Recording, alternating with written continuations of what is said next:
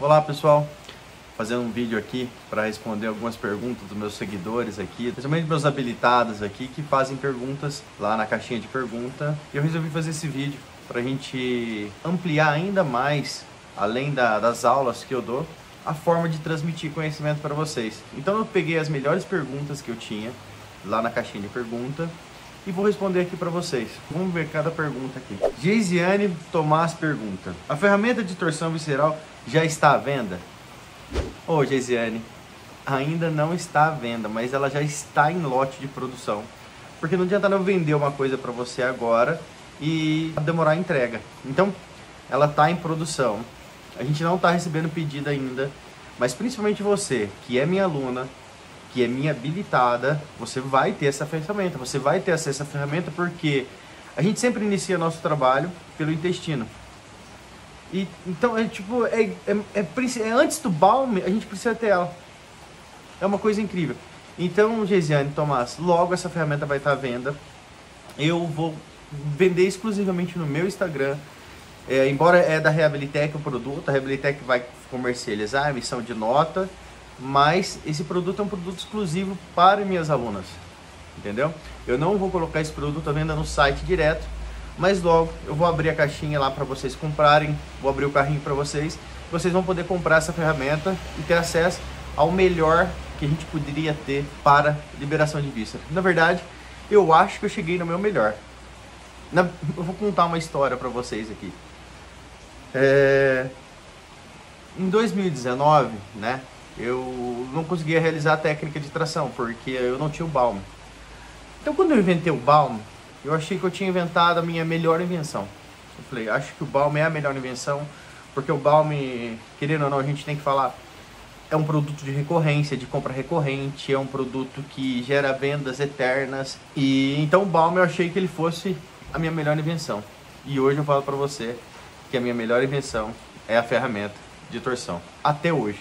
Olha que pergunta legal. A Daiane, esteticista, minha aluna também, a Dai, ela falou: Renan, como tratar endometriose com tração cíclica? Na verdade, Dai, a gente precisa primeiro identificar onde que está essa endometriose. A endometriose, eu sei, está no útero, mas o que causa ela? O que a gente pode imaginar da fáscia que pode causar alguma deformação? Porque a fáscia é o nosso campo fluídico e energético. Então quando a gente usa roupas apertadas, roupas na cintura, querendo ou não, a gente obstrui nosso canal. Nosso canal ele é fluídico e energético. Então, além dessa obstrução fluídica e energética, a gente sabe que mecanicamente a fáscia precisa se ancorar em algum lugar. E quando a gente tem essas linhas de aderência, ou mesmo gerado por uma cicatriz, então essas aderências ou essa cicatriz de cesariana, elas precisam se ancorar em uma estrutura óssea, porque a fáscia, ela não pode ficar sem se ancorar, sem se conectar com todas as suas fáscias. Gera aquelas dobras, gera aquela marca por causa da roupa apertada ali. Essa marca da roupa apertada, ela vai atravessar todas as membranas superficiais, passar ali pelo reto, pelo piramidal, dependendo se for inferior, pelo reto ali, passar pela poneurose abdominal, entra para dentro do peritônio e acessa as vísceras inferiores que são o útero, o ovário, e começa a pegar ali nesses órgãos reprodutores e se ancorar bem na sacroiliaca ali. Ele vai buscar uma ancoragem bem na sacroiliaca. Ou ela tem um outro lugar de se ancorar. Ela às vezes a cicatriz está muito embaixo. Sabe onde que ela ancora? Na musculatura do esfíncter. Porque a musculatura do esfíncter é uma musculatura rígida. Então ela cria, principalmente em homens, ela cria uma angulação inclinada e se fixa no esfíncter. Na mulher, predominantemente, ela vai horizontalmente e fixa lá na sacroiliaca. Então, no homem, quando a gente tem essa dobra, ela vai gerar câncer de próstata, polimerização da próstata. Quando ela está horizontalmente, ela vai transcender, vai passar o quê? Útero, ovário. E aí, ela passa pela parede do útero e ele perde a contratilidade dele. No fato dele perder a contratilidade dele, excretar aquele sangue que fica ali na parede do endométrio. E isso vai gerando essa inflamação do endométrio, a falta de mobilidade. Então, quando você rompe, solta toda essa estrutura facial que está presa ali na região inferior ali do abdômen, você consegue já soltar esse útero ali, voltar a mobilidade da parede do útero, deixar ele mais móvel, mais flexível. Por isso que a gente fala polimerização e despolimerização, porque a gente consegue deixar ele mais fluídico, mais mole, né? Então, Daiane, para a gente tratar, a gente precisa soltar aquela linha inferior do abdômen. A gente precisa identificar se é a linha inferior do abdômen, se é uma cicatriz cesariana, ou se é uma dobra ali entre a região pubiana e umbigo. Eu tenho que ficar muito atento naquela região para me identificar qualquer dobra ali. E depois que eu identifico essa dobra, a gente consegue realizar a tração, como vocês sabem, para cima, para baixo, para todos os lados, aí utilizando os princípios matemáticos da técnica, que é a intensidade de força, a direção do movimento e a frequência correta. Deixa eu ver mais uma pergunta aqui. A Fernanda, lá de Brasília, ela pergunta assim: professor, como podemos tratar mielofibrose com tração cíclica? Vamos ver se existe essa possibilidade. Eu vou ter que estudar pelo menos o que é mielofibrose, porque eu não sei o que é. Porque é o que eu falo, o problema da medicina muitas vezes está na denominação das patologias, elas denominam várias coisas. Vamos tentar entender mielofibrose, o que é isso? Deve ser lá na bainha de mielina, né? É um tipo de câncer sanguíneo raro, olha, nem sabia, ó, que caracteriza pelo acúmulo de tecido fibroso na medula óssea. Olha que interessante essa pergunta, olha que interessante aqui. Então a gente vai lá para dentro da nossa medula óssea e a gente vai encontrar quem na nossa medula óssea? O nosso sistema hematopoético. E esse sistema hematopoético, eles fazem parte da face, lembra? Na histologia da face nós temos fibroblastos, nós temos telócitos e nós temos as células hematopoéticas. Então tem tudo a ver o que você está falando, não é uma pergunta descabulada você falar da mielofibrose.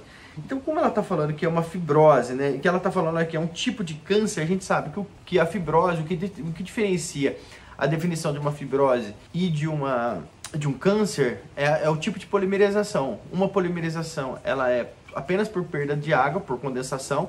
Outra polimerização por entrada do cálcio dentro da estrutura de nucleotídeos que vão formar as cadeias de proteínas, que vão formar células. Esse tipo substitui células que produzem sangue, que resultam em anemia e na produção de glóbulos vermelhos anormais. Pode ser causado por mutação genética, distúrbio sanguíneo, fator, enfim, a gente sabe que as causas, a gente sabe que são infinitas, o que a gente tem que dar é a solução para o cliente. Então vamos imaginar na anatomia, nós temos lá face superficial, as membranas superficiais da pele, as membranas miofaciais, depois a gente já tem o que?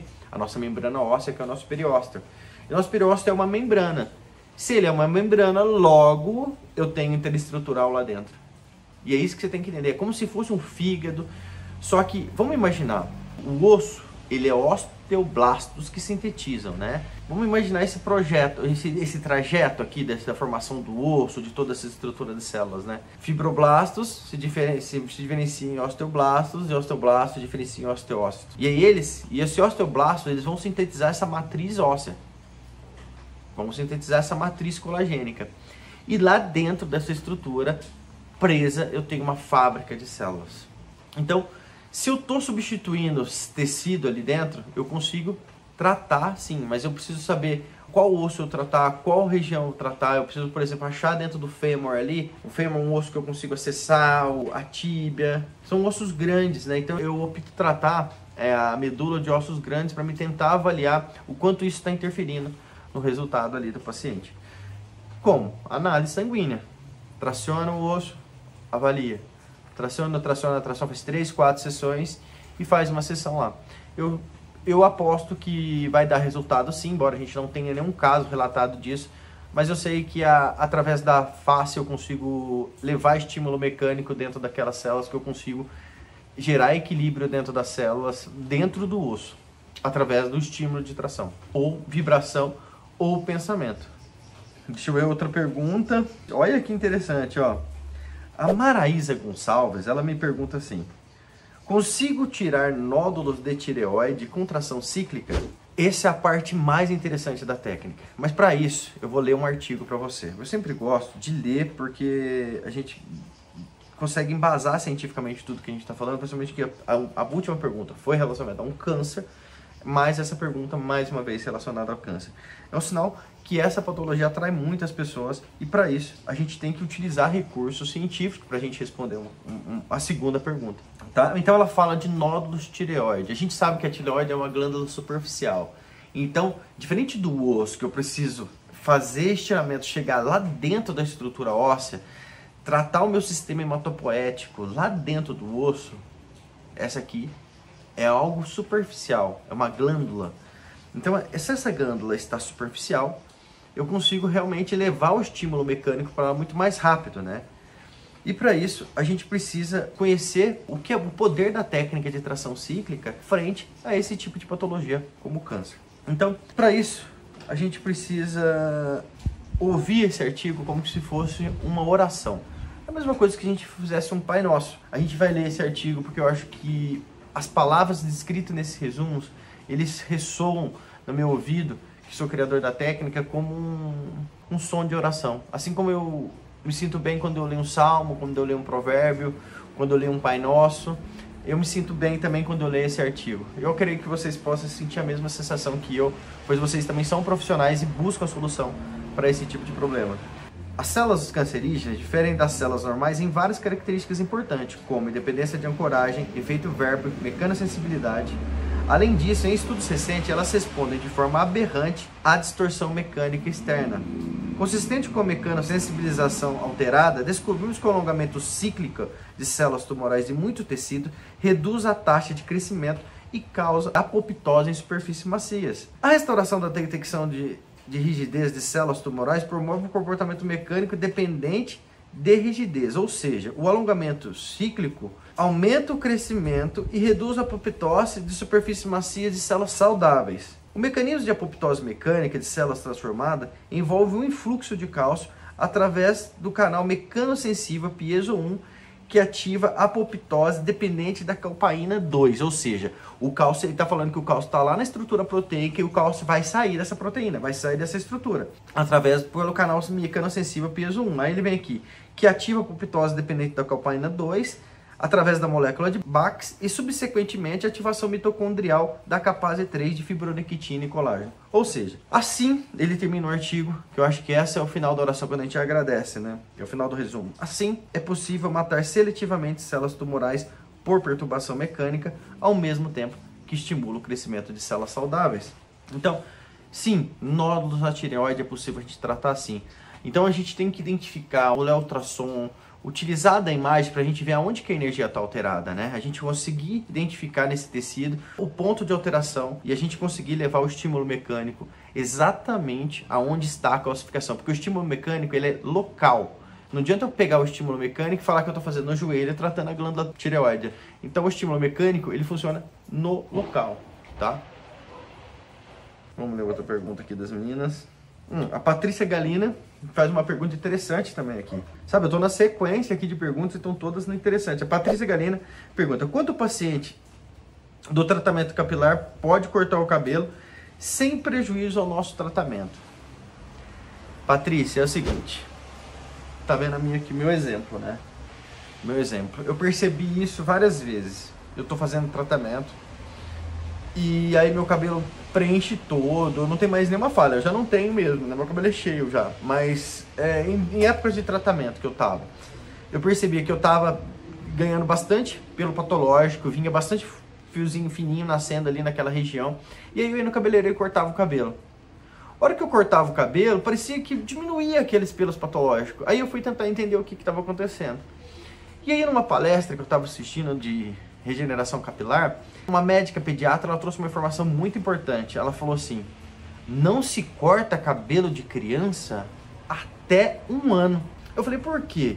Ah, porque a medula do folículo capilar é muito longa e quando você corta, o óleo ali daquela estrutura, ele pode vazar e o pelo pode evaporar, porque o pelo sobrevive através do óleo que está dentro dele, dentro da medula. Aí pronto, captei a sacada. Então, Patrícia, para a gente falar para o paciente de forma segura quanto tempo eu preciso que ele não corte o cabelo, a gente está falando de 1 ano, né? Mas poderia ser inviável isso para um paciente que trabalha com estética. Isso não vai alterar muito no resultado final. O que tem que acontecer, Patrícia? Toda vez que ele fizer o corte de cabelo, ele evitar cortar muito baixo, evitar passar a máquina, evitar cortar muito curto para não romper a medula. E isso vai favorecer ele manter a estética dele. Eu sei que isso é complicado para homem que trabalha com aparência, né? Mas eu, por exemplo, decidi agora que eu vou fazer uma nova terapêutica capilar. Para mim, meus fios eles estão finos ainda, eles estão ainda, eu considero fios patológicos, embora eu creio que está cheio, mas eu considero ainda como pelo patológico. Então eu estou fazendo um tratamento e quando eu optei começar o tratamento, que já estou na terceira sessão, eu falei que eu não ia cortar mais o cabelo. Então eu venho segurando para mim não cortar o cabelo, justamente para mim não romper a medula e vazar o óleo e assim meu pelo evaporar.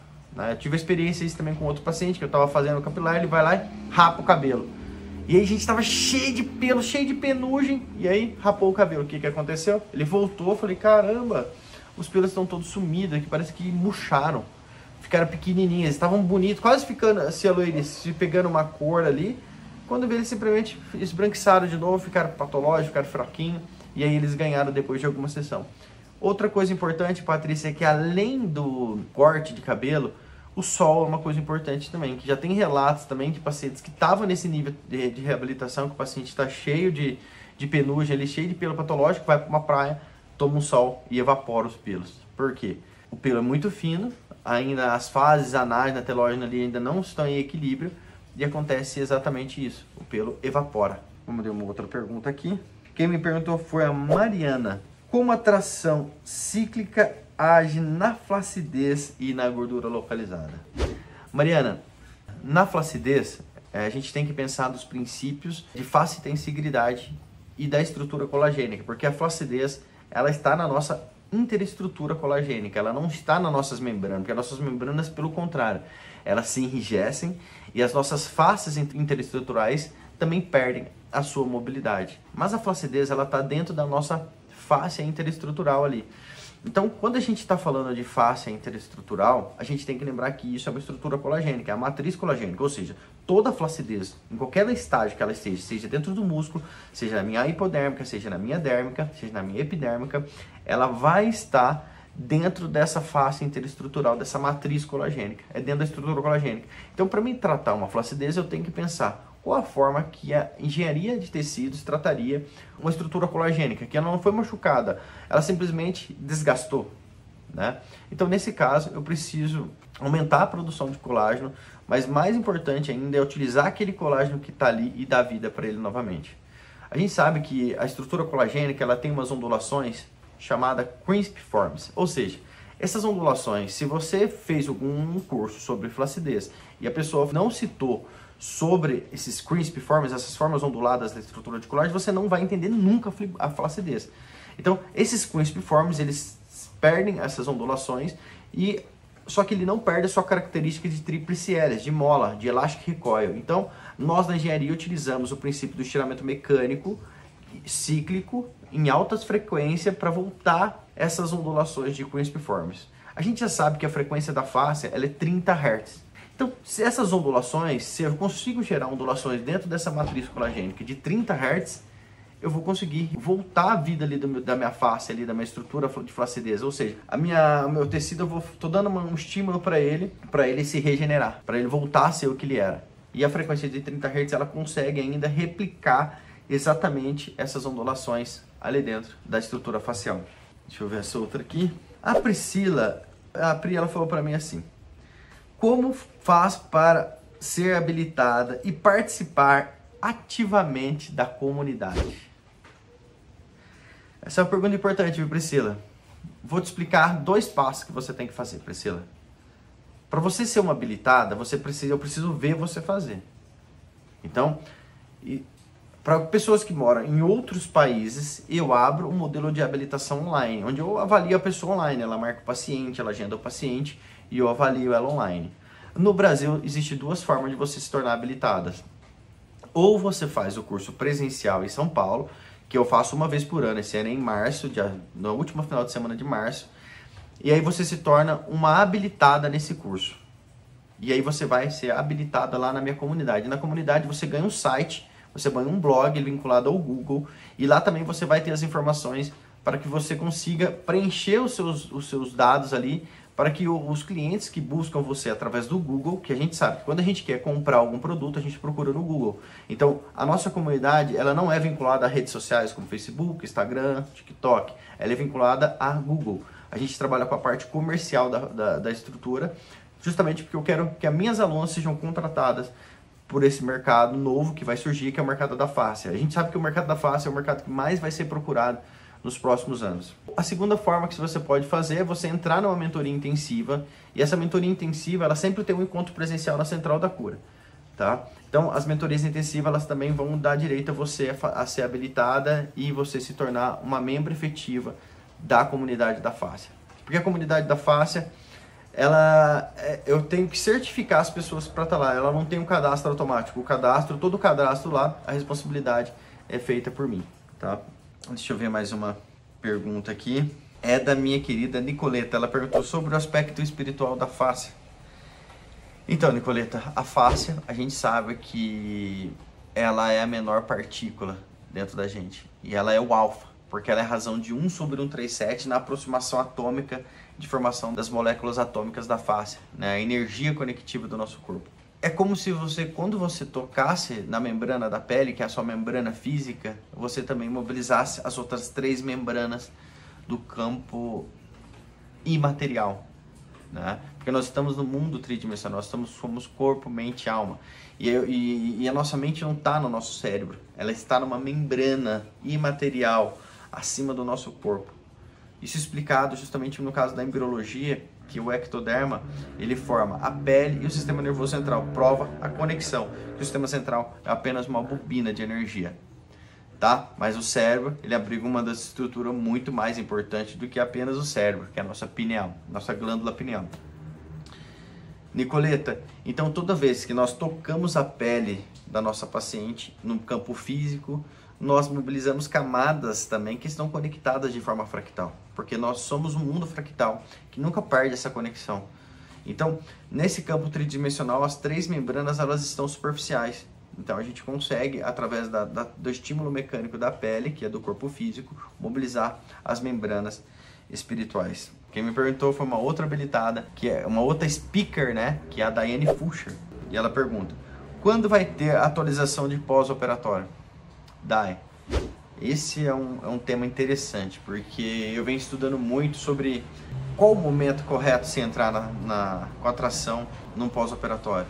E também temos pré-operatório, que nós temos que entrar no pré-operatório para que haja menos trauma no intraoperatório. Então, o pós-operatório é uma coisa que eu venho estudando muito sobre qual momento a gente atuar, qual a frequência a gente aplicar e qual a intensidade de força a gente vai aplicar naquele tecido, que a gente já vai conseguir minimizar todo o processo inflamatório e inibir toda a formação de fibronectina que está acontecendo ali pela matriz colagênica, né, se transformando, fazendo ligações cruzadas ali por causa da polimerização. E qual o estímulo ideal para que a gente minimize exatamente isso, a polimerização. Minimize a ruptura da estrutura de nucleotídeos ali, a saída do alfa e a saída da água, né, que a gente chama de polimerização por condensação. Então a gente tem que olhar sobre a polimerização de condensação dessas células do pós-operatório, e a gente precisa atuar exatamente para evitar que esse tecido se polimerize, que forme exatamente a fibrose. Mais uma pergunta. Uma pergunta aqui da minha aluna também, que é a Gabriela Nunes, lá de Minas Gerais. Ela falou assim, como divulgar efetivamente os benefícios da tração cíclica? É uma coisa interessante, porque eu venho fazendo isso há muito tempo, Gabi, porque as pessoas, elas vivem sem algo que você cria novo. Imagina, as pessoas viviam sem telefone, então você cria um telefone, e aí as pessoas pensam, eu vivo sem telefone. E então você precisa implantar nas pessoas como ela precisa daquele telefone para ela, que essa tecnologia é boa para ela.